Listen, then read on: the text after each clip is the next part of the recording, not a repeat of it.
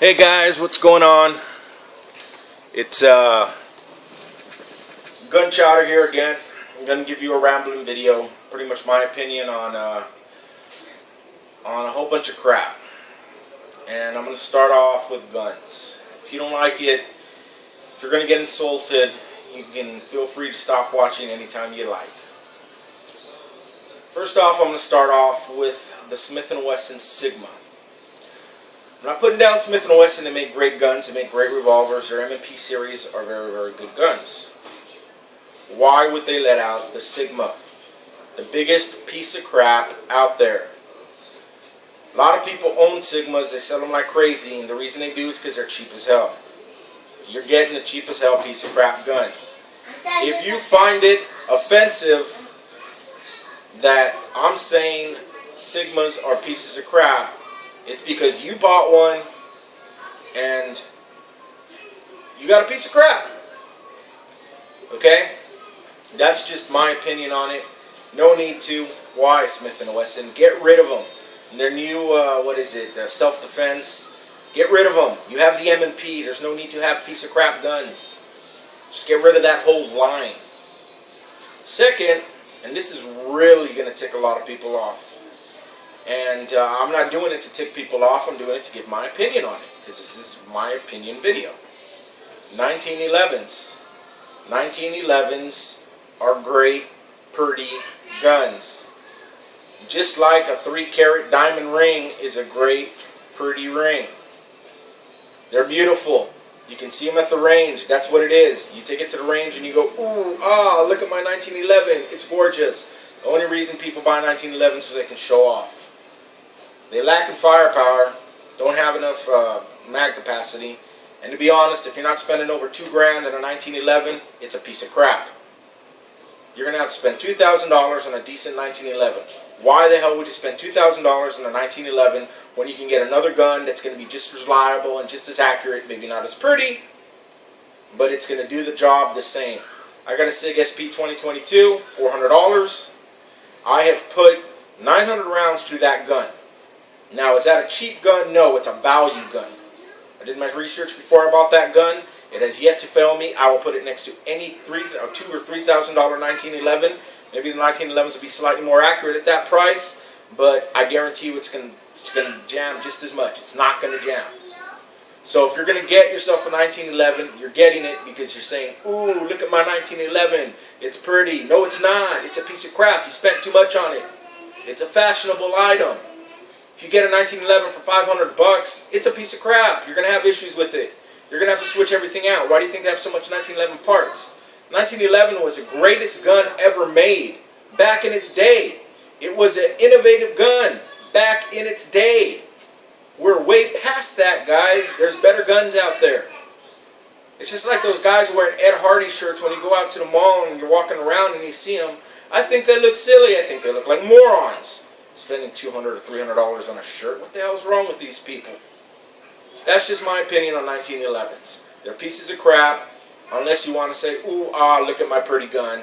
Or spend $3,000 to get a 1911 that's actually fairly good when you could buy 3 other guns that are going to do just as good. Alright? Next Rambo I'm going to have, and this is going to piss a lot of people off too. Kel-Tecs. Kel-Tecs are crap. That's what they are. A lot of people say you get a lot of gun for a Kel-Tec. You don't pay so much and you're getting a lot of gun. No, you're getting a piece of crap. I shot Kel-Tecs. They're pieces of crap. The new shotgun, double tube shotgun, I forgot what the hell they call it. Look at Nothing Fancy's video when he's out shooting it. They're shooting that shotgun, and when they try to get one of the rounds, the shells out of there, pretty much bamming that or slamming that pump, you know, it has a foregrip on it because it won't come out. There's issues with it. Another Nothing Fancy video, they got a Kel-Tec rep with them bringing a beautiful Kel-Tec, custom made, nice job on it. God, I think that's a great Duracoat job and all that. Jamming like crazy. And that's a Kel-Tec rep. You know he's got the best. He's probably poured and polished it, did the whole 9 yards. Kel-Tec sucks. Bottom line.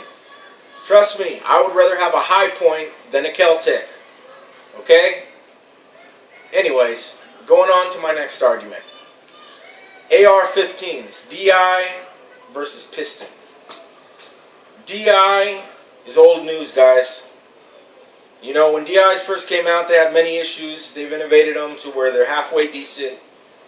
But once again, a DI is a gun you have to baby. You know, you're not going to be able to run it through the mud. You're going to have to clean it left and right. You're going to have to carry lube with you. Keep it wet. Very accurate guns. But they're not dirt or mud guns. They do not have the reliability and the durability as a piston gun. Especially when you get a piston gun like my SIG 556. It has an AK style to it. And you get a full piston design on a gun. I'm sorry. You can get yourself a $3,000 or $4,000 Knight's armament. I'll put it next to my SIG 556. Drag them both in the back behind the truck through sand or whatever else you want to. Start shooting them. And I guarantee you that Knight's armament's going to jam way before my SIG does. Way before. It's innovation. We're moving forward. Some people don't realize that. They want to hold on to the past because that's what they've used all this time. I've used the DI. The DI is great. No. Name one company right now that's innovating the DI. Nobody.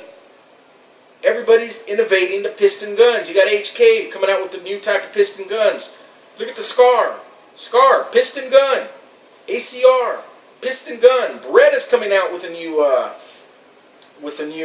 platform. What is it? A piston gun. Why? Because piston guns are the future because they're more reliable. And that's the first thing you look for on a gun is reliability. So I'm sorry, you guys that own DIs, that's great. It's a good gun. Take it to the range. It'll do its job. But when shit hits the fan, if you want a gun that's going to be able to be reliable and be able to go through the mud, it's not going to be a DI gun. Another thing I'm going to talk about are knives. Microtech.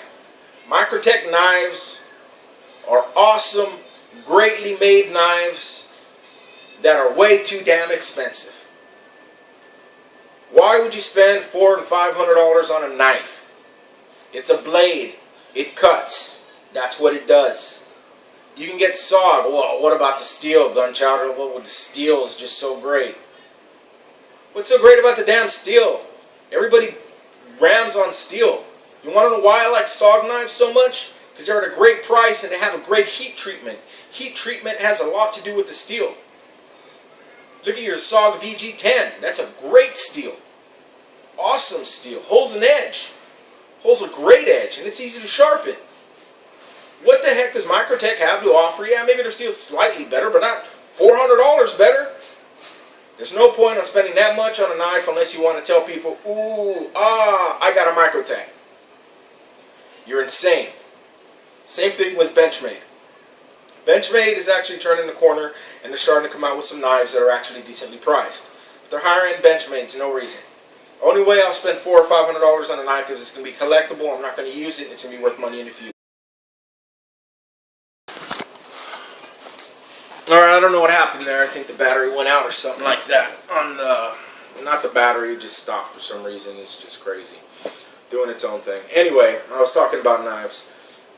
But that's pretty much it on my ramblings. You know, on me going on and on about what my opinion is and what I think.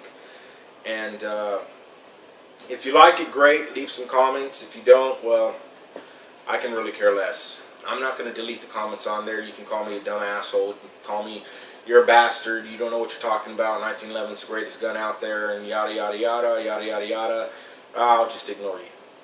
All I got to say is I will put my gun against your 1911. Let's see what happens. Alright? Look at your tests. Look at the proving. Look at everything.